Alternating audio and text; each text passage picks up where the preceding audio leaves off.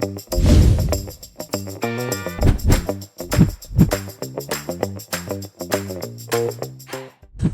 are here with Melissa Gillespie, Narbum National. Melissa is, if I was to say that I know anything about property management, it's 100% because of you and your team and everything that JWB does. And I have a giant business crush on the way that you all operate, honestly, and the talent that you have inside the building. And I'm hoping that you want to share some of this stuff. Are you up for it? Absolutely. Absolutely. Let's do it. Let's do it. You're walking into NARPM leadership, right? Yes. You're going to take Yes. over the Jacksonville chapter. Tell me why that's important to you. I think for me, one of the most important parts of property management is the relationships you build and the connections that you make. And while at JWB, I feel like we do a wonderful job of operating our business, being best in class, really serving both our investors and our residents well. I am no fool to think that there's nothing that I can't, I can learn from others. I need to learn from others to understand what truly is, best practice in the industry. And I think it's a give back opportunity as well for me, where I have the chance to, as I grow in leadership, give back and have a voice to be able to help others grow their business as well. So I think it's twofold. I want to learn and I want to give back, and it's all about relationships. So, I mean, amen, sister.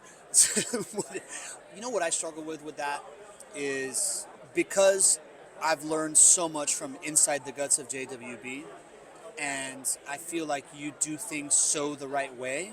I struggle with the idea of what else is out there. I feel like I show up to some of these rooms like I know everything because I've studied you guys for so much. But what kind of stuff? Let's start with that part of relationships and learning from others. What type of stuff are you learning about that other people are doing that you think you can implement into such a well-oiled machine already? We have scaled significantly in our business. We manage a lot of homes, and in doing that, sometimes you stick with what you've known to be true because it's easier than trying to upset the apple cart and do something different or new. Because when you make a change managing roughly 6,000 doors, there is no easy feat about that. True. And so I think there are a lot of things smaller outfits have been able to try and do that are actually really wonderful in progressing the industry. And because of our size, typically it's easier sometimes to say, we know this works, so stay the course, versus kind of opening your mind up to potential opportunities with AI and the technologies. And, so I think from that lens, there's a lot to be learned. Whether or not we can do it all and make it all happen, who knows? But that is one of the things that I'm most hot on, right? When I got back from, we had this conversation in Jacksonville, right? I got back from IMN and NARPM South and my involvement with Vendaroo with this thesis of it feels like technology has rapidly shifted in this space in the last 6 years, and it almost feels like there's 3 generations of technology that have popped up in the last 3 years. And I wonder if there is this looming battle of David versus Goliath, where a property manager today that might have 50, 100 doors that's trying to build natively with these new tools presents a real existential threat to a market leader 6,000 door single family property management company that is already tied to legacy systems and legacy processes. Is that something that you think about? Is that something on your radar? How do you am I crazy? Yes and no. Yeah. I think about it when I'm at events like this, and I think about a brand new company or a smaller company who's really looking to grow, and all of the tools and resources that are now available in the industry that weren't there. They just didn't exist. I think property management as an industry, and really real estate, has been behind the 8 ball related to technology and how they use that to support your business. And so I think about it when I'm here. The reality is, I obviously believe in what we do and feel like we're exceptional at it and want to share as much as I can with others. Yeah. So I just try to take 1 or 2 nuggets of things that could help us, knowing that we have a lot of the foundational, fundamental floor things executed exceptionally well. What are we going to do to elevate the experience and really focus around, as we've grown, the customer experience is my top priority. So what are the few things we can do to enhance the resident experience, the client experience, and just like limit my focus, because if not, Too much. Yeah. Now let's move to, you have a lot to share, right? Like Sure. I see it everywhere, right? From like the idea of, when I talk to folks about the brilliance of JWB, the first thing that sticks out is the very strategic investment in culture. The next thing that sticks out to me is the very strategic alignment with your client to align incentives and make win-wins happen through long-term leases and stuff like that. And the last thing that I think about is, you are very technologically advanced. Like the amount of data that you gather is, we call it the data flywheel, right? Like it's like the concept from good to great. And it's done, I describe you guys as like a business case study out of like a Jim Collins book, right? So let's go into sharing how a smaller property manager or somebody that's trying to like do what JWB is doing in their market, what would you advise like somebody that's like in like the 50 door range, they're just starting to get professional about this thing, how would you advise them to like think about building a business in a way that you can get to like a 6,000 door? Like what would be the first things that you would think it's about? a loaded question. Yeah. I think to your point about culture and team first, that is where I would likely start. Is, 50 doors, you're probably doing that by yourself. Yeah. And so it's a hard balance, because to grow, you need more people, but you can't necessarily afford more people until you grow. Yeah. But I think the sooner you can invest in really wonderful people who are invested just as much as you are in your business is critical. I mean, culture is very important to us. Core values that we have. A lot of every company has core values. It's on their website. Yeah. But that may be all it is. And so I think really, who do you want to be? Like defining who do you want to be as a company, and then making sure that every decision you make is funneled through that lens. Who am I? Let's double click on that, right? Like, agreed. I think a lot of people talk about culture, they put core values on their website, but you all do it very, very differently. I would love to, something that I think is, that I share with not just property management businesses, but everybody that I can talk to about business, is the Tuesday morning meeting and the core values call outs. Yeah. What is the Tuesday morning meeting, and like explain it to somebody that's just like trying to understand, really in all hands, is this valuable? Can you kind of just like paint the picture of it? Yeah. So since the inception of JWB, this has been something we've made a commitment to. Our Tuesday morning meeting is a meeting where everyone in the organization gets together. It's a encouragement environment, but it's also a learning environment. And for us, core values that I mentioned before are the kind of heartbeat behind everything that we do. And so we want to celebrate those. So we celebrate those every week, where if someone on the team did what was right and not what was easy, we're standing up and saying, hey, Pablo, thank you for doing what's right, not what's easy, by doing X, Y, Z, and giving real examples of how we all are making an impact related to those core values. It gives the opportunity to recognize folks, and I think people want to feel valued, they want to feel seen, and our ability to take the time every week and intentionally do that for our staff is critical, because it's a motivator. Who doesn't want to be told, great job? Maybe not everybody loves the public recognition, but who doesn't want to be told great job? And so I think that's one way where we've highlighted those core values, and that it encourages everybody to pay attention all week, every day.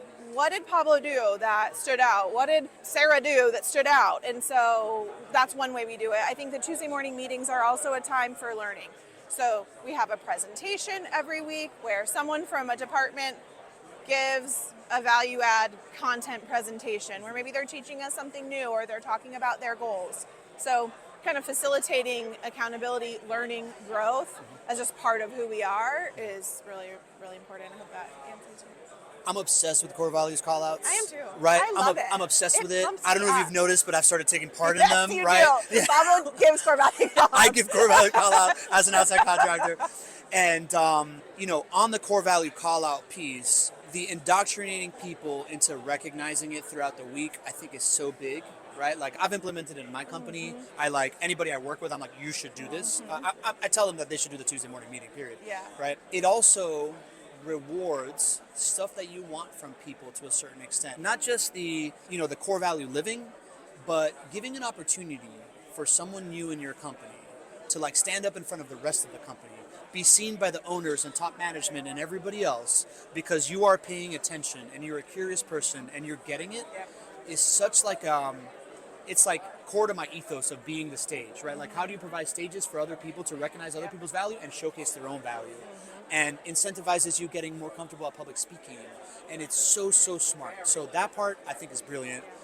The other part that you said of just like department to department collaboration and getting everybody to understand what everybody else is doing, so that you understand where you fit into the machine, you understand like what your seat of the bus is and where the bus is going. Yeah, and how I mean, really it's about impact. It's what do I do every day that makes an impact both in my own purview but also to those that extend out from me, right? So as a property manager, for example, a lot of times you get stuck in the rut of the day-to-day and you're speaking with residents and all you're thinking about is how do I impact our residents, but the reality is every activity you do every day impacts our clients, impacts our vendor. You're making a dent in the community. So trying to like bring people out of their bubble and their blinders to say what you do is so much more than the tasks you do every day. Yes, and showing everybody else who may not know you what you do the value is so you much bring more to the organization. Yeah, Absolutely. it's so smart. Absolutely. It's so smart. And then accountability. There's a final piece of the meeting that's accountability. Tell me about the accountability piece. Accountability is everything. It's probably my favorite part. Yeah. So at the end of every meeting, every team has goals, both for the quarter and the year. And so every team gets up in front of the rest of the organization to tell everyone, what am I going to do this week to get us one step closer to those goals? So for example, if you're on acquisitions, that means you're saying, I'm going to buy this number of properties. And if you're on the turn team, construction team, I'm going to finish this number of projects. And if I'm a leasing agent, I'm going to rent this number of homes. It's all toward our annual KPIs. And it gives the opportunity, one, to celebrate when a teammate is doing exceptionally well, or a team, I should say, is doing exceptionally well. It's also an opportunity for you to own it and just stand up and say, we're not measuring up and here's what we're trying to do to fix it. So it is a really cool environment that I think prioritizes the responsibility we each have in our roles to the greater organization. Yeah. It's similar to the core value call out. You spend all week thinking about how do I recognize this so I can be recognized and I can recognize others and look in front of everybody else. Yes. You also are thinking all week, how do I not show up to this meeting next week to say I did not and hit say my that prediction. I missed my goal by 80%? Right? Like Absolutely. we've implemented this. You talk about it at the department level. Yes. We're a 5-person company, and we've just implemented it at the personal level. Hey, this week, I'm going to keep up with all my QC. I want to have like no open issues end of the week. And I also, this is the key thing that I want to move the ball forward on that isn't like my everyday responsibility, but it's a big project I'm working on. And people get to report that. And I found that like the performance of my team has like skyrocketed before that. Sneaky part of this meeting that's not part of the agenda, right? So it's the core values call outs, right? Recognizing core values, the interdepartmental reporting of just like having each team understand what everybody else is doing. The accountability piece is like the cadence of it. The part that you guys also do that I've also copied is you use it for recruiting. Yes. Tell me how you use it for recruiting. Yes. So anytime we're in an interview process with a candidate, the last step of that process is called a shadow interview, where we bring them physically into our office. They spend about a half a day with us.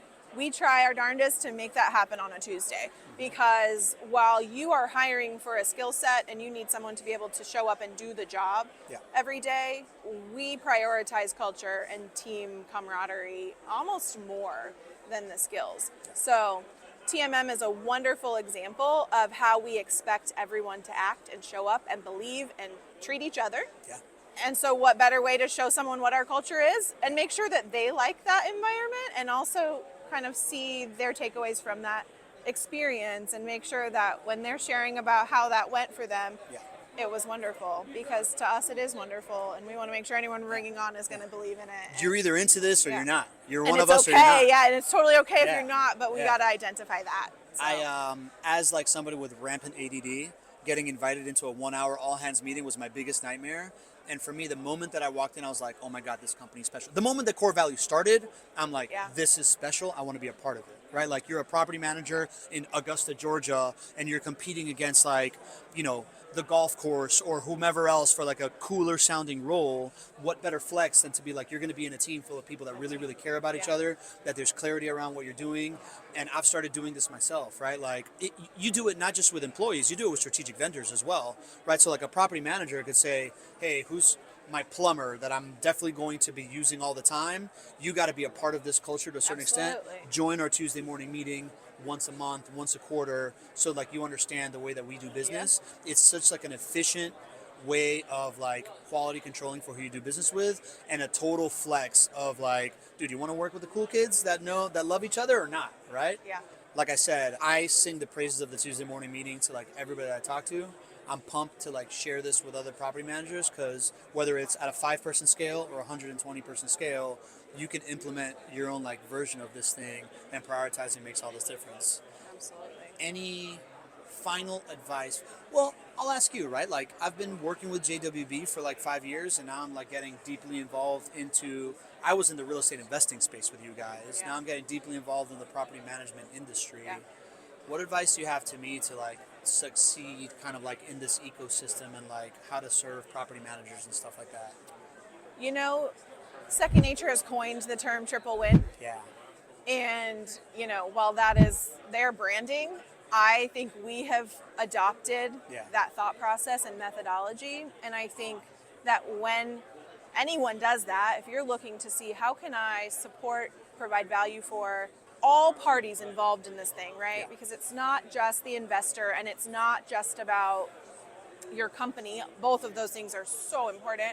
There's a resident on the other side. So we have to make sure everything we're doing is serving all of those different parties. And to do that well is very hard, because it's sometimes it feels like there's conflicting demands. And so I guess the advice I would give is, well, maybe not using those same terms, triple win, or maybe I'm you happy do. to use those I mean, terms. I know you're a purple person at heart. Talk about a business crush. I definitely have a business crush on Second Nature too, right? I just think that that is revolutionary for property managers and vendors to be thinking about how we run our businesses from all of those lenses, because you want everybody to succeed.